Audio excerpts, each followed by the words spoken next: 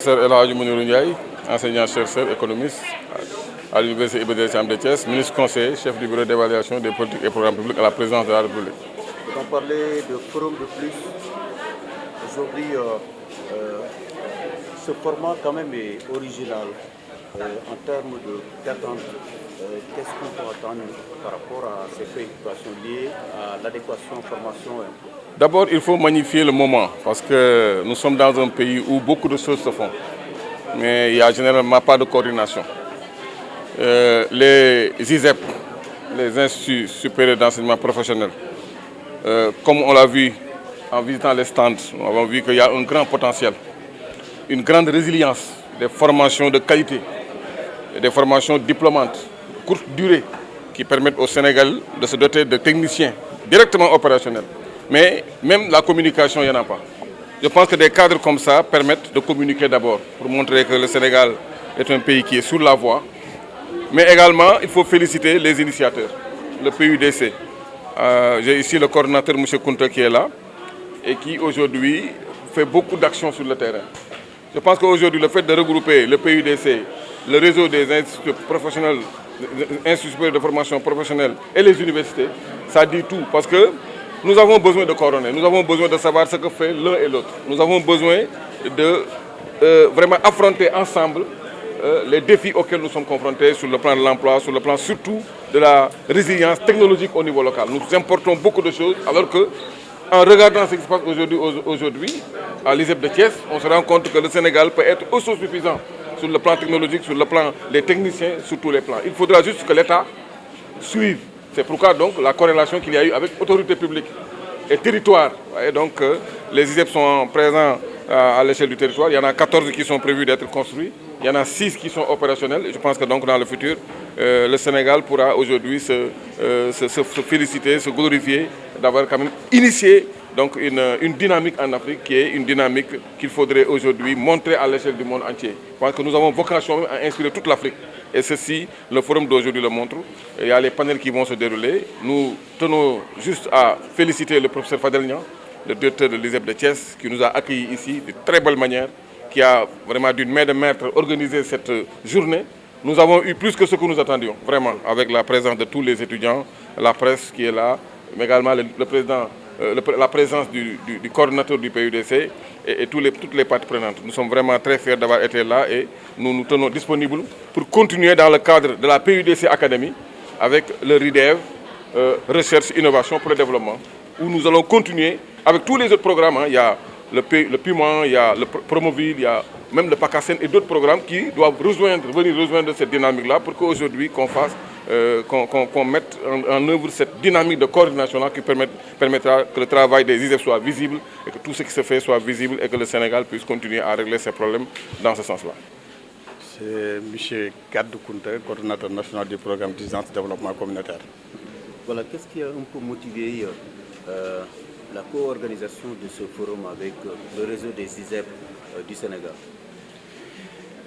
Ce qui a motivé, c'est au moins les activités, les domaines d'activité des ISEP et aussi les volets d'intervention du programme d'urgence de développement communautaire. Ce qui montre ça, c'est avec la visite des stands. Quand j'étais là-bas, j'ai l'impression d'être au PIDC, au programme d'urgence de développement communautaire, parce que tous les volets d'intervention du programme d'urgence de développement communautaire font partie des domaines d'activité des ISEP. Je vais commencer par l'hydraulique rurale, l'électrification, le désenclavement, parce qu'il y a le génie civil, mais aussi il y a la partie mécanique. On ne peut pas désenclaver des villages sans pour autant des engins pour la mécanisation. Il y a aussi la partie, le domaine agricole, oui, agricole, avec les transformations. Et au niveau du PIDC, le dernier volet qu'on a mis en place, c'est le volet entrepreneur et valorisation économique, qui est très important pour le monde rural. On peut réaliser des infrastructures, on peut réaliser beaucoup d'infrastructures, mais si on ne touche pas, si on n'essaie pas d'accompagner les femmes et les jeunes, cela veut dire qu'on ne peut pas encore booster l'économie locale. Mais avec la transformation que j'ai vue ici, Donc on peut accompagner ces femmes et ces jeunes pour booster l'économie locale. Donc au retour, on va essayer de réfléchir pour renforcer ce partenariat. Et il y a SP Copil, le secrétaire permanent du comité de pilotage des 3 programmes, qui a eu quand même à assister à ce forum. Je lance un appel à son endroit pour qu'on puisse quand même essayer de voir comment élargir ce partenariat avec les autres programmes, à savoir Puma et Promoville. Parce qu'il nous faut des formations de qualité. Mais si on réunit tout le matériel qu'on a besoin au niveau de ces ISEP-là, mais la réalité du terrain aussi, c'est autre chose. Donc nous devons essayer d'accompagner ces ISEP en accueillant ces étudiants-là, pour leur permettre quand même d'être en contact avec le réel. Le réel, ce qui se fait sur le terrain. Ouais. Voilà. Donc, dama am mbégte lool ñëw assister forum bi mais dafa mel ne bougé wu ma sama bureau parce que lu ma fi gis daanaka moom la ñuy liggéey au niveau du PIDC.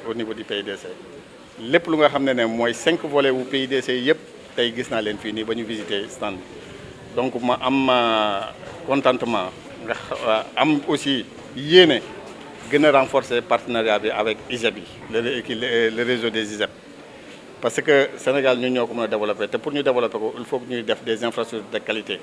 Souvent da ngeen di dégg ministre bi di wax triptyque mooy qualité, coût et délai. Et ça on ne peut pas le faire avec des techniciens qui ne sont pas qualifiés. Donc ISEP daanaka ñun la ñuy liggéeyal parce que ñun ñoo soxla personnel boobu noonu bu ñuy former. mais lëkkaloo bi kon lu am solo la. lëkkaloo bi lu am solo la. léegi si forum bi aussi am nañ si présence su SP Copil mooy comité de pilotage bu nga xam ne moo boot ñetti programme yu nekk si ministère des infrastructures yu nga xam ne équité territoriale si la ñuy liggéey. donc damay profiter rek di ko wax ne aussi nañu gën a yaatal moom dina jël initiative boobu. ba nga xam ne partenariat bi dañ ko yaatal ci Promoville dañ ko yaatal aussi ci Puma PRDC aussi am na beneen programme moo xam ne mu nekk na côté zone nord bi loolu aussi ñu gën leen a yaatal parce que ça sera bénéfique pour les 2 camps donc am nañ mbégte lool. Merci. Professeur, oui, l'avènement des ISEP, 6 ISEP pour 14 régions, comment se porte un peu le produit ISEP et qu'est-ce qui justifie ce partenariat avec le PIDC? Merci pour la question. C'est vrai que le réseau des ISEP du Sénégal, RISEP, regroupe actuellement 6 ISEP fonctionnels, à Diamniadio, Thiès, Matam, Richard Toll, Bignona et Mbacké. Mais l'objectif, c'est que chaque région puisse avoir son ISEP. Ça, c'est dans le besoin de proximité des établissements de formation professionnelle supérieure avec les bénéficiaires, les cibles, qui sont les bacheliers, les titulaires de BT, brevet de technicien. Donc les 6 sont fonctionnels, mais il y a un projet qui s'appelle Espoir Jeune, enseignement supérieur professionnel orienté réussite et insertion, qui est en train de s'atteler pour compléter les 6, en rajouter 8 avec l'appui de la Banque mondiale pour être à 14.